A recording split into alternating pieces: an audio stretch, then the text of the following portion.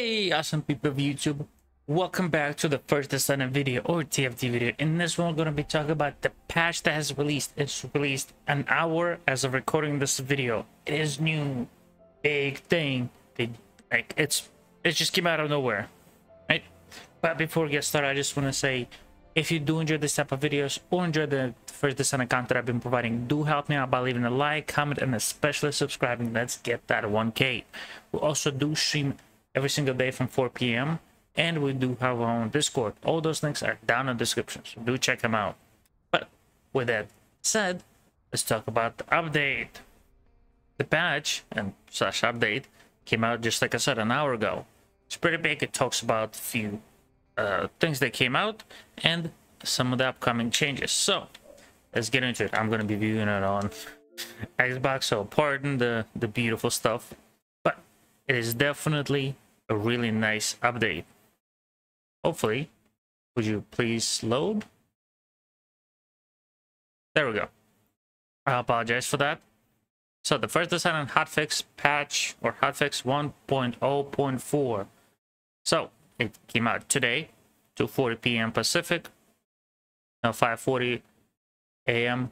on East Coast. It's on all consoles, on Steam, Xbox Series X and S, Xbox One, PlayStation 4 and 5. So one of the things they did is content improvement. One of the biggest things is module storage limit has been increased from 1K to 1500 in case some people have more, want to keep more than one copy of the module, in case they have one upgraded and one that's not. Right? It's nice. It also allows you to just port up more modules and then dismantle them at a later stage for a massive copy payout. Now, the biggest massive change is the cooldown for vulgar strategic outposts has been reduced from 5 minutes down to 1 minute. So no longer we just have to sit there and wait for ever or try to switch lobbies, sometimes fail, sometimes get lucky and it goes through. Now you just have to wait 1 minute. It's a lot better. A 5-minute time was honestly felt like an eternity. And during the stream, if I'm just trying to grind some outposts for amorphous materials, it was just a pain trying to switch or just wait it out.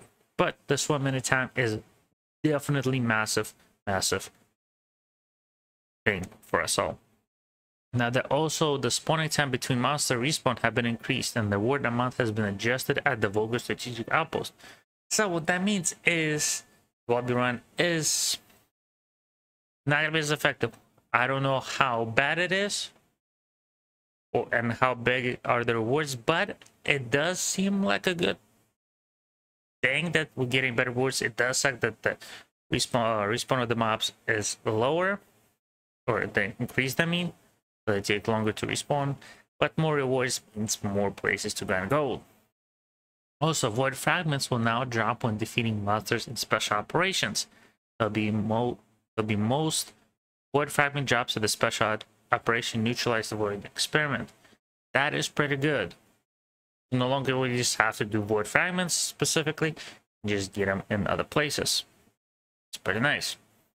Now, you also, if you're using Mark for Arrest, item obtained from special operation, now grant 10 times the usual amount of gold. When Mark for Arrest is used from consumable, it will convert to 100k gold. Not 10k, 100k.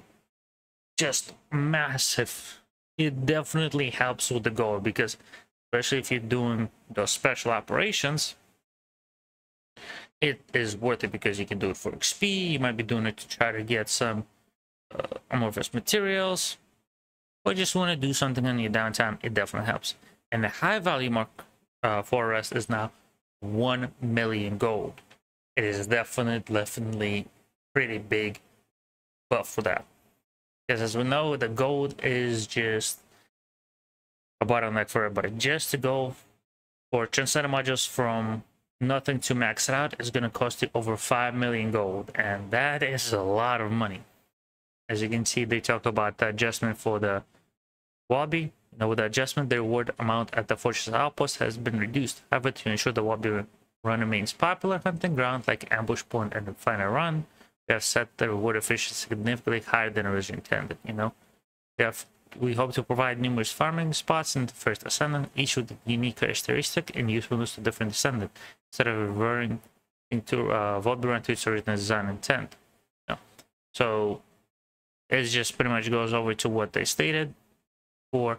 They're just buffing some stuff, you know, making other couples better while slowly, well, not slowly, while nerfing the Warhammer a little bit, you know. Now, to talk about Week 5 update preview. Greetings. This is the first Descendant director. I'm not gonna pronounce it because I'm gonna butcher it. I apologize. We're gonna be getting the Sea of Emerald Ultimate Wallaby. You know, which is pretty nice. We already knew that. Pretty cool, you know. Now, Ultimate Wallaby modification modules. You have Spiral Tidal Wave. To replace the Bubble Bullet, which was difficult to aim, with a projectile that flies straight. Spiral Tidal Wave tracks the impurities of gluttony, making it an excellent choice for intercepting gluttony, which we'll talk about in a second. And then there's a Hydro Pressure Bomb. Instead of plop plop, it leaps forward and deals damage to enemies around the landing area. The more enemies in larger state, the more powerful the damage. Making a Hydro Pressure Bomb a strong finishing blow. Instead of diving into water, keep joyful forward. And the new Descendant Luna. We already knew about Luna, but we don't know what it does. What she does, I mean. Now, the Mad Artist Luna has returned to Albion after a long wandering performance. Luna's synthesizer gun becomes more powerful when fired and ridden, enhancing allies' ability based on the performance. Luna dances to upbeat music, allies' skill power increases, and when dancing to relaxing music, allies' mentality recovers and resource consumption decreases. But everyone to Luna's conflict. Fortunately for Vergus, this will be the last stage, but Luna's performance is just the beginning. So it seems like it is a support character, right? Because it can help you recover mentality recover, which I'm just MP and resource consumption decrease, so you allow you to spam more abilities, or if you do the upbeat, you get more skill power, which is pretty nice. Right now, Luna mods. You have Nimble Footstep, enhances Luna mobility and amplifies the enhanced effect range of her performance, allowing for more effective ally support.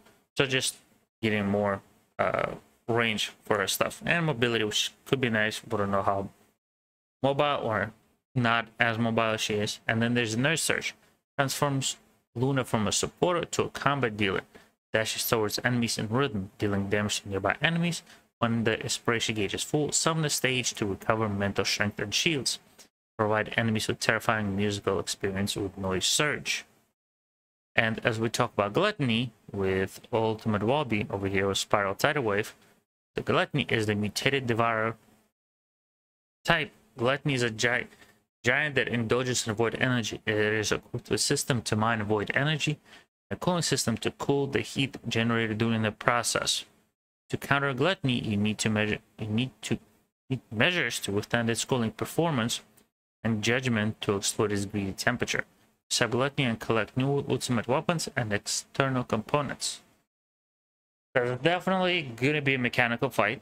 As we know, the last 3 fights, the Obstructor, the Frostwalker, and Molten Fortress are mechanical. Frostwalker is probably the more hardest. Obstructor probably maybe the second hardest, and probably the easiest out of all 3 is the last boss, and it is the Molten Fortress. But this will be the place where we get new ultimate weapon and new external components. Would be nice to see. New ultimate weapon is a peace mediator. Mediator is necessary to bring peace to Ingress. The new ultimate weapon, Peace Mediator, is the perfect solution. The powerful hand cannon is effective with a single shot, but can unleash burst of bullets to deliver powerful firepower under the right condition. So it could be nice, it could be just kind of mega. We don't know for sure. We don't know what its unique ability is. We don't know its stats. And there will be also new ultimate module, Arcane Conception. Apologies. It provides something effect which increases defensive mentality when using skill, but decreases movement speed and attack power. It's particularly useful for Luna and Ajax and can be a good choice for players who want stable skill use. Your choices are free, combine various modules to create a new build. And for balance adjustment in the Week 5 update, they're going to be making some balance adjustments for some Descendants and ultimate weapons. First, they will be adjusting Volby, Blair, and Freyna. Thank God, Freyna, my main. You probably seen and noticed though this Descendants use AE skills as their main skills. We hope to see these Descendants more effectively dominate the battlefield, creating large AE zones and literally watching enemies fall from the rear. Looking forward to improved performance for this wide range covering Descendants. I would love it. I mean, my friend is still nice, but it's not as good as like Bunny and a few other ones. Additionally, there will be improvements to ultimate weapons that enhance critical hit chance and damage.